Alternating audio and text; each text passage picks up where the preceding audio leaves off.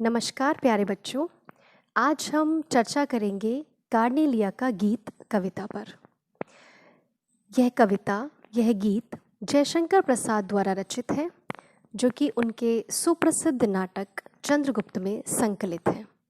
और आज ये कविता आपके सामने लेकर आई है शीतल प्रवक्ता हिंदी, शिक्षा निदेशालय, दिल्ली से। कार्नेलिया का गीत कविता की व्याख्या करने से पहले आइए हम देखते हैं कि ये व्याख्या किन संदर्भों में लिखी गई, इसकी पृष्ठभूमि क्या रही और इसका प्रसंग क्या है। आप सब जानते हैं कि सिकंदर ने भारत में आक्रमण किया था, और जिस समय सिकंदर ने भारत में आक्रमण किया उस समय उनके सेनापति सेल्यूकस उनके साथ भारत आए थे, और उन्हीं के साथ भारत आई थी सेल्यूकस की पुत्री कार्नेलिया। और ये उन्हीं की पुत्री कार्नेलिया के द्वारा गीत गाया गया है। सिंधु नदी के तट पर ग्रीक शिविर में बैठकर एक वृक्ष के नीचे कार्नेलिया महसूस करती हैं जो इस भारत भूमि से उन्हें प्रेम मिला है। उन्होंने जो यहाँ का अपार प्राकृतिक सौंदर्य देखा है, उन्होंने यहाँ जो लोगों से आदर सत्कार प्राप्त किया, उस सब को महसूस करते हुए उन्हें लगता है कि ये देश मेरा अपना है, क्योंकि भारत भूमि उन्हें स्वीकार करती है। तो आइए अब देखते हैं कार्नेलिया के गीत की एक एक पंक्ति। अरुण यह मधुमेह देश हमारा। आप सबने देखा होगा कि जब सुबह सूरज उगता है तो सुंदर से लाल रंग का सूरज होता है, और उस उगते हुए लाल सूरज को ही अरुण कहा जाता है, और मधुमेह यानी मिठास से भरा हुआ। तो वो कहती है कि ये देश, ये भारत भूमि, अरुण ये मधुमेह देश हमारा, लालिमा से युक्त है, उगते सूरज की, और मिठास से परिपूर्ण है। और आगे वो कहती है कि जहां पहुंच अनजान क्षितिज को मिलता एक सहारा। भारत में जब भी कोई विदेशी आता है या अतिथि आता है, हम उसे गले से लगाते हैं, उसका आदर सत्कार करते हैं। तो यानी दुनिया के किसी भी कोने से कोई आए तो भारत अपनी बाहें फैलाकर उसका स्वागत करता है।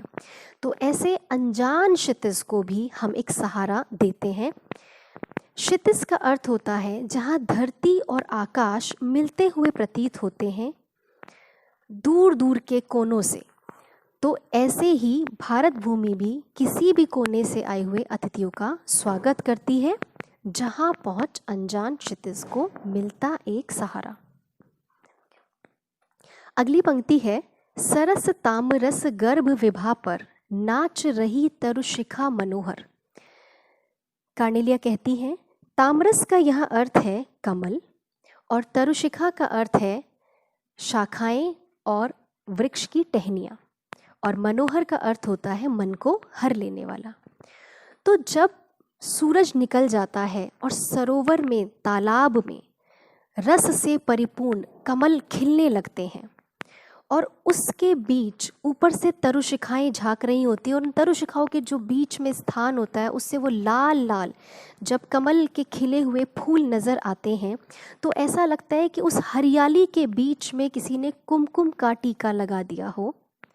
इसीलिए आगे कहा भी गया है, छिटका जीवन हरियाली पर मंगल कुमकुम सारा।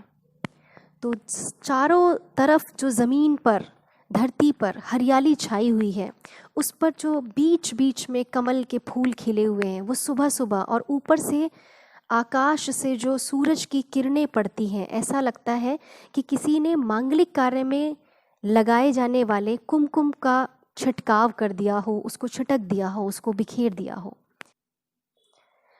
कार्नेलिया के गीत में कार्नेलिया आगे गाती हैं, लघु सुरधनु से पंख पसारे शीतल मलय समीर सहारे। यानी छोटे छोटे सुरधनु इंद्रधनुष, अपने छोटे छोटे इंद्रधनुष के रंगों जैसे पंखों को पसारते हुए दूर देश से, दुनिया भर से पक्षी इस ओर शीतल मलय समीर सहारे, इस ठंडी और शीतल मलय यानी सुगंधित समीर के सहारे उड़ते चले आते हैं भारत भूमि की तरफ, अपने छोटे छोटे पंखों के सहारे भारत की तरफ आकर्षित होते हैं। उड़ते खग जिस ओर मुँह किए, समझ नीड़ निज प्यारा।